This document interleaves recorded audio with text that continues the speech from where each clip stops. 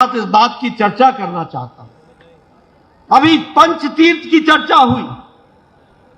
ये पंचतीर्थ की याद क्यों नहीं कांग्रेस को आई, जो भारत रत्न बाबा साहब भीमराव अंबेडकर जिन्होंने संविधान की रचना की, उनकी उपेक्षा की गई, उनका उपहास किया गया, उनको दरकिनार रखा गया, उनके योगदान को हमेशा कम आंका गया। यह कांग्रेस का चरित्र है और यह कांग्रेस का इतिहास है।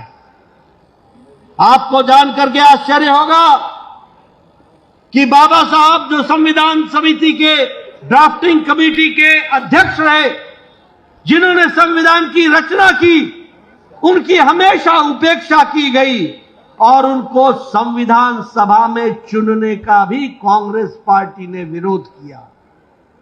यह इतिहास में दर्ज है कि मुंबई से संविधान सभा की चुनाव में कांग्रेस पार्टी ने भीमराव अंबेडकर को हराया था और भीमराव अंबेडकर को संविधान सभा में आने के लिए, चुनने के लिए उनको बंगाल जाना पड़ा और बंगाल से वो चुन करके आए। यह इतिहास में दर्ज है। यह इतिहास में दर्ज है कि भारत रत्न भीमराव अंबेडकर जब उत्तर मुंबई से चुनाव लड़ने गए तो कांग्रेस पार्टी ने प्रत्याशी खड़ा किया और नेहरू जी उनके पक्ष में प्रचार करने गए और भीमराव अंबेडकर जी को एक बार नहीं, दो बार चुनाव हराने का काम किया।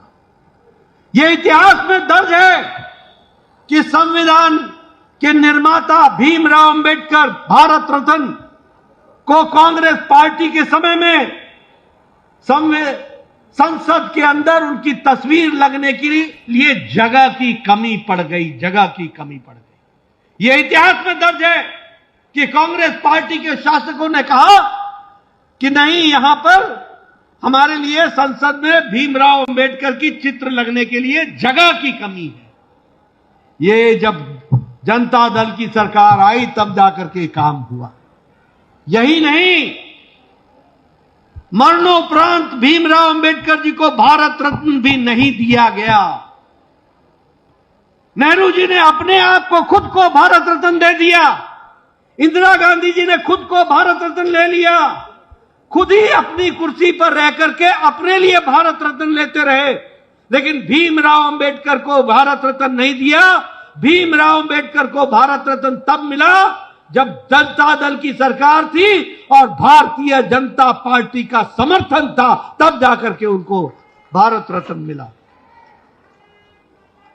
मैं ये सारी बातें आपके सामने इसलिए बता रहा हूं कि आपने याद रखना, जो आज कांग्रेस पार्टी हमारे दलित भाइयों को वर्षों से गुमराह करती रही है, उनको सही मायने में मालूम होना चाहिए कि उनकी चिंता करने वाला कोई और नहीं। उनकी चिंता करने वाले अगर हैं तो हमारे यशस्वी प्रधानमंत्री श्री नरेंद्र मोदी जी हैं, जिन्होंने उनकी सही मायने में चिंता की। तो मैंने देखा है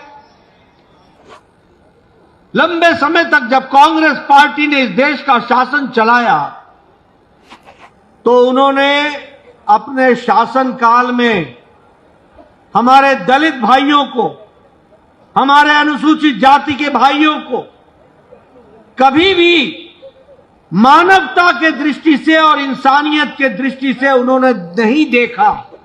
जब भी उन्होंने देखा तो वोट बैंक की राजनीति के ध्यान में रख करके देखा। उन्होंने हमारे दलित भाइयों का, हमारे अनुसूचित जाति के भाइयों का वोट लेने का उपक्रम समझा। ये इनके इन प्रकारेण समाज से अलग रख करके किस तरीके से उनका उपयोग किया जा सकता है सत्ता को हथियाने के लिए, इसका उपकरण बना करके कांग्रेस पार्टी ने आपको देखने का नजरिया बनाया। लेकिन भारतीय जनता पार्टी जो वैचारिक पार्टी है, हम सत्ता में थे या नहीं थे, हम सत्ता के नजदीक भी नहीं थे, तब भी हम लोगों ने एकात्म मानववाद के दृष्टि से यह कहा था कि जब तक समाज के अंतिम पायदान पर खड़ा व्यक्ति का भला नहीं होगा, तब तक देश तरक्की नहीं करेगा। यह हमने 51 और 52 में कह दिया।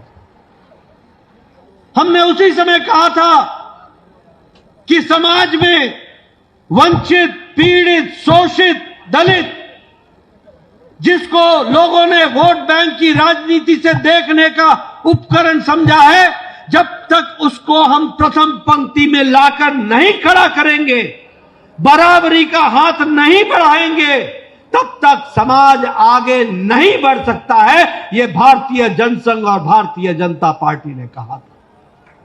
और इसीलिए कांग्रेस ने नहीं, भारतीय जनता पार्टी ने अंत्योदय का कार्यक्रम चलाया। उस समय कांग्रेस पार्टी बोलती थी ये अंत्योदय क्या होता है, अंत्योदय क्या होता है।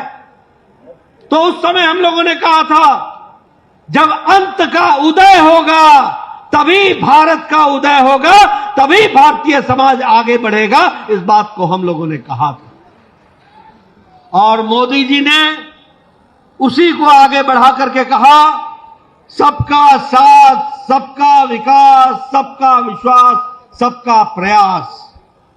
जब सबकी चिंता होगी, जब सबके प्रयास से चिंता होगी, जब सबका विश्वास मिल पाएगा और जब सब लोग मिलकर के साथ आएंगे, तभी समाज का विकास होगा। इस बात को ध्यान में रखें।